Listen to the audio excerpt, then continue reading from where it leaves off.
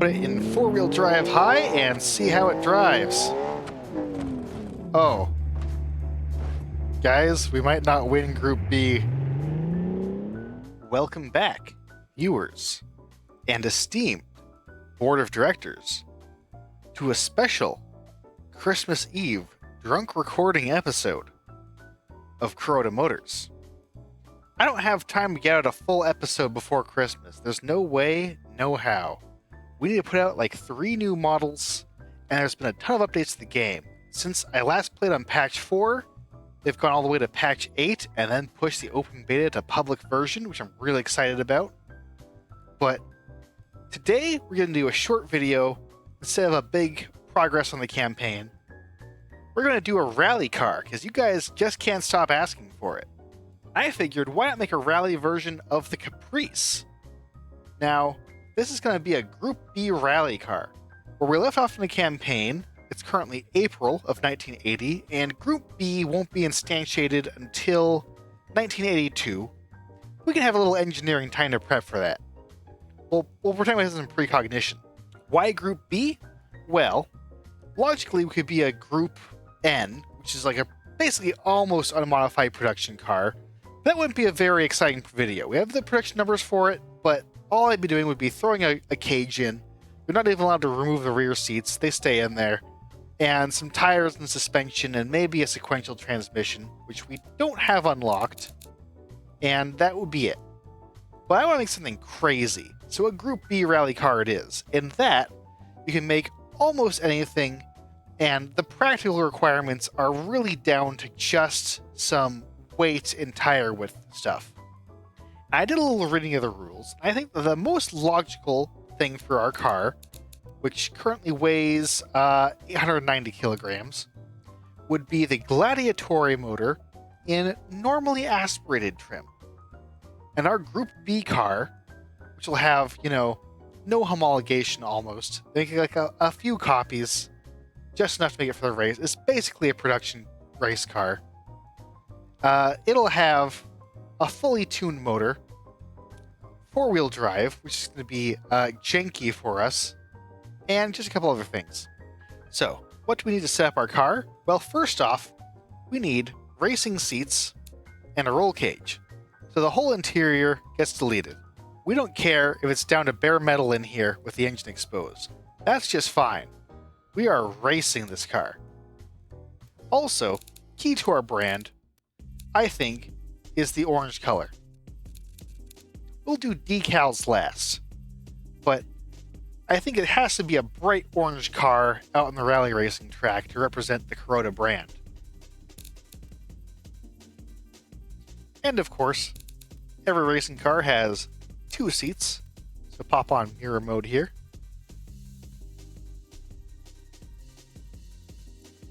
There we go, some comfortable accommodations for our driver and co-driver. And it has to have a roll cage. And building that might be a bit of a pain, but let's try figuring that out.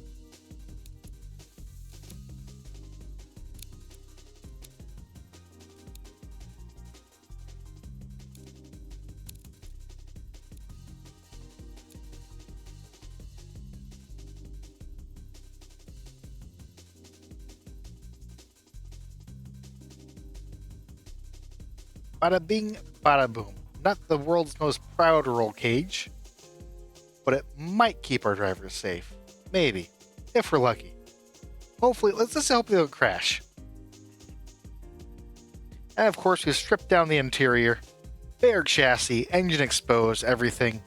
Don't need any of that stuff except the dashboard. Not for Group B regulations. So the main question in Group B is almost unlimited, is a weight to displacement ratio. Now our car currently weighs, 893 kilograms, and the regulations will allow about a 2.4 liter motor, I think. Is that right? Yeah, almost 2.5, which makes our maximum weight, our minimum weight, 890 kilograms. And the car right now weighs 893, so we're pretty spot on if we're normally aspirated. If we add a turbo, our minimum weight goes all the way up to 1,100 kilograms, and we don't want that. So we're actually going to build this car normally aspirated for Group B racing. I know that sounds absurd because we're all excited about a new turbo tech, and a lot of turbos are famous in Group B, but for this one, it's going to be a normally aspirated Gladiatore, but we can tune it however we want. So first things first, let's tune our engine for power. We don't care about emissions, and we don't care about fuel economy. We don't even care about reliability. We can pretty much go nuts. Let's suppose we have a race intake. That's going to help us a little bit. Some quality on it. Our team can get something out that's a little better than we have for the factory. Race turbo headers. Or tubular headers, sorry. Sure, why not? Get some stiffer springs. Get some RPM limit in there. In fact, we'll put forged internals. We already have forged internals. Kind of a lose-lose between forged heavy and forged light, rather limited by RPM or by maximum power. Cam's going way up there. Oh, I went into -9 quality. I forgot about that. Because of how our engine was tuned. We can put at least, +4. We're only building a few of these engines, really, right? We can rev this thing up to it's about 9,000. Yeah, we're basically beating the turbo in terms of power, even though we're normally aspirated. Compression, why not? Ignition timing, advanced. Fuel, rich. Just dump everything in there to get some more power.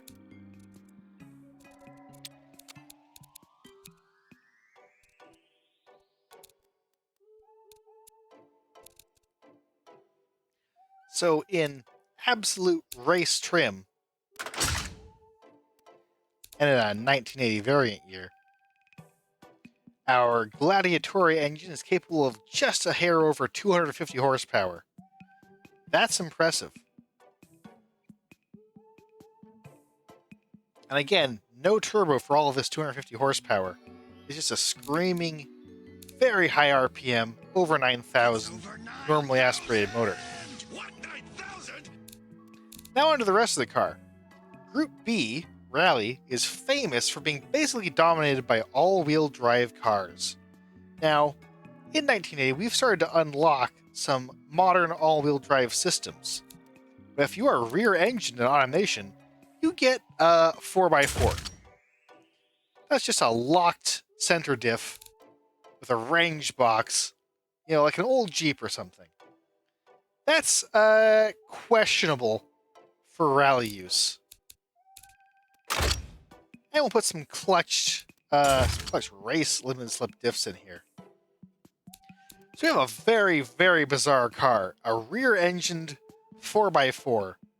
I don't know if there's any real-life examples of a car that meets that, but we're building just exactly 200 of these cars to qualify for Group B homologation.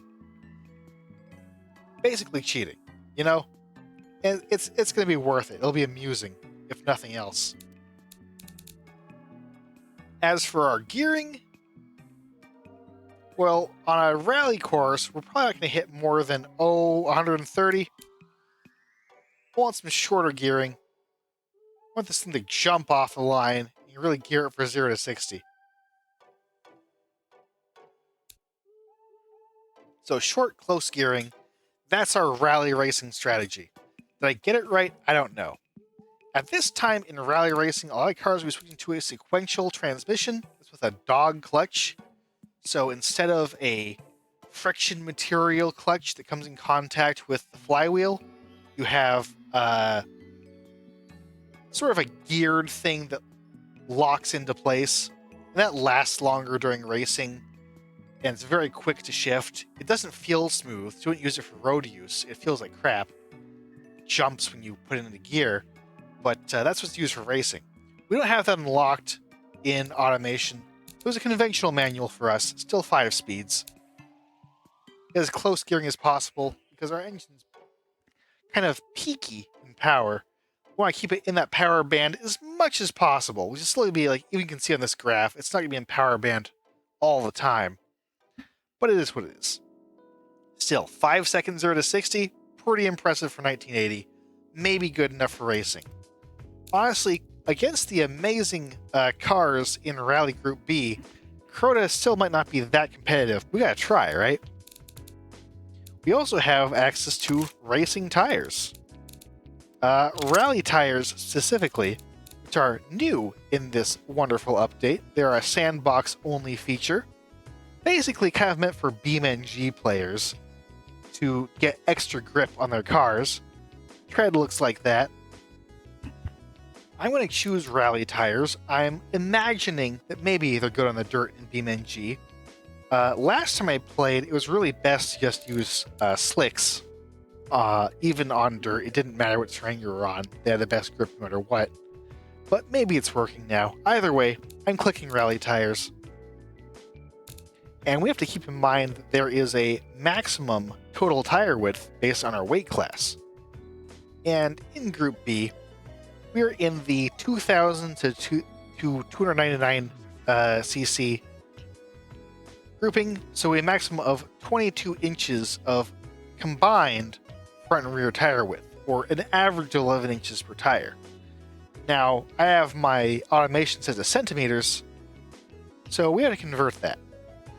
So we have a maximum per side total of 550 millimeters, which right now we are using only 390 millimeters of width. So we can put some wider tires on this sucker.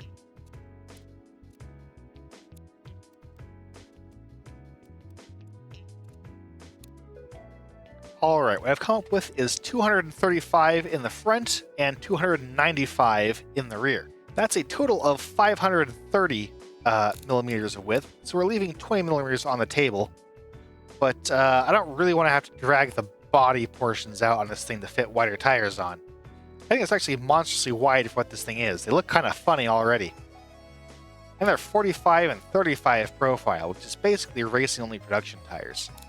You wouldn't see that in a street car at all. And it says we'll get 1.07 G, which is honestly a crazy quartering G for 1980. Alright, what else we throw on there? We can get ourselves a little more air to the brakes.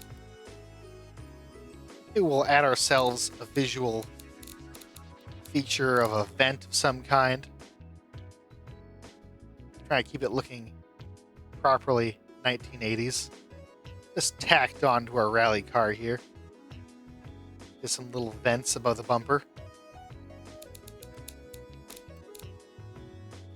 As for some other rally features, we got ourselves a nice crash bar. And probably some big bright fog lights too. There, that's the addition to our headlights. The front of the car is just all lights now. And this crash bar. Get the brush off our lights. Now, as you recall, we also have a minimum weight still of 890 kilograms, and our 4x4 system has added some weight. So we can go ahead and chop some weight out of the body somewhere. Get this car down to 897 kilos. That'll do just fine. Push some crap up front so it's not oversteering too hard.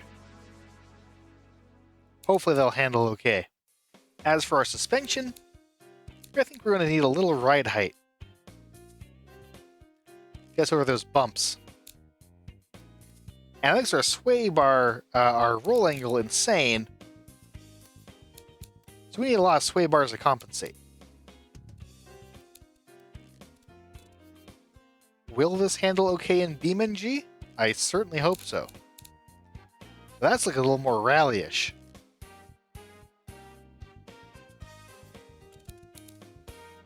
Also, brake pads get intensified a little bit. It doesn't look like we should have problems with brake heat, though. Alright, so we've got 250 horsepower, short and close transmission gearing, Still the usual manual. Some very wide radial rally race tires. Racing brake pads. Lightweight interior.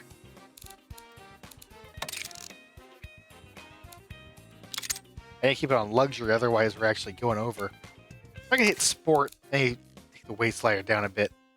I need to hit 890. There, spot on for minimum weight.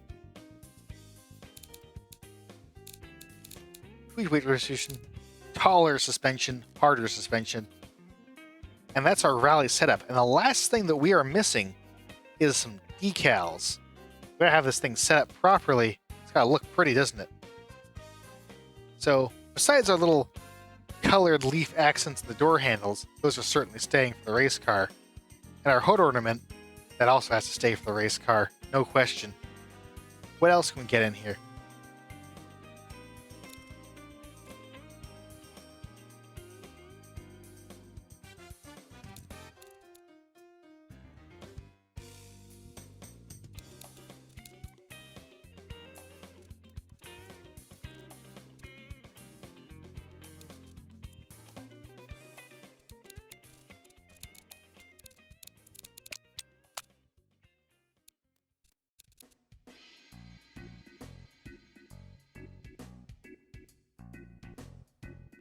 Got some stripes, white and green.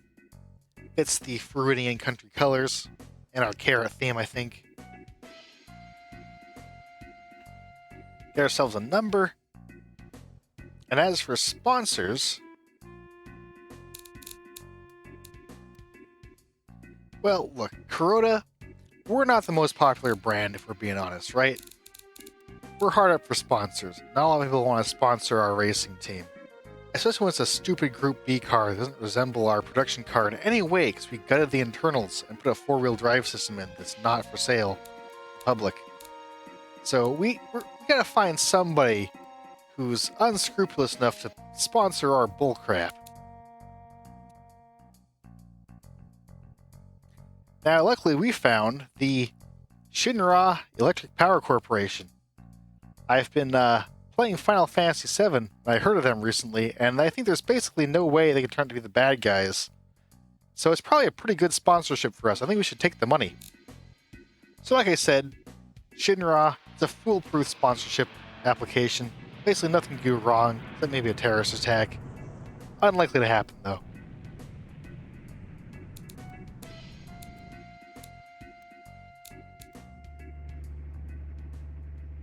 Jeez, that's loud. And the alpha mask for the logo didn't work. And the windows got turned black. But whatever.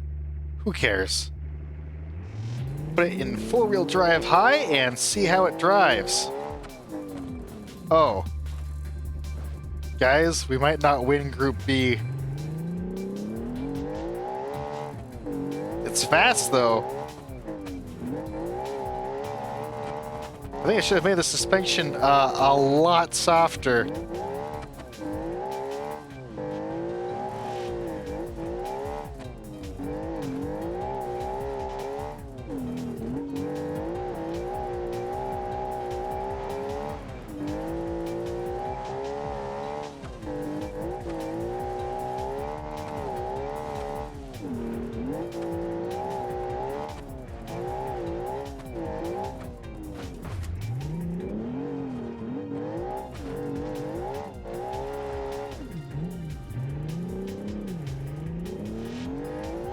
So there you go. What is the ultimate contribution of Carota to the history of Group B rallying? Well, I think we're helping it get banned for safety reasons. Now let's say we've got one chance to retweak this monstrosity for the rally stage. We'll drop it in height a bit and soften up those dang springs. Is it any better? I hope so. Alright, Small Island, mixed stage 2. This is our last chance to redeem ourselves. I better put it in four-wheel drive.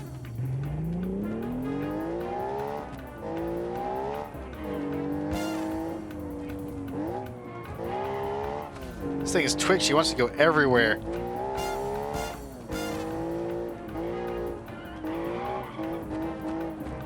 Should I have thought to put some aerodynamics on it? Probably. But Carota, well, we're just not that much of a forward-thinking company. We've come up with putting a wing on the car in 1980. That's, this is part of the track. It's a rally, you go off-road.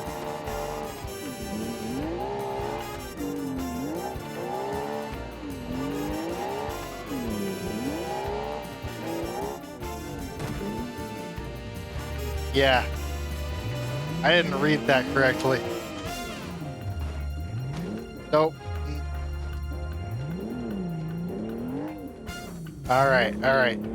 On the road.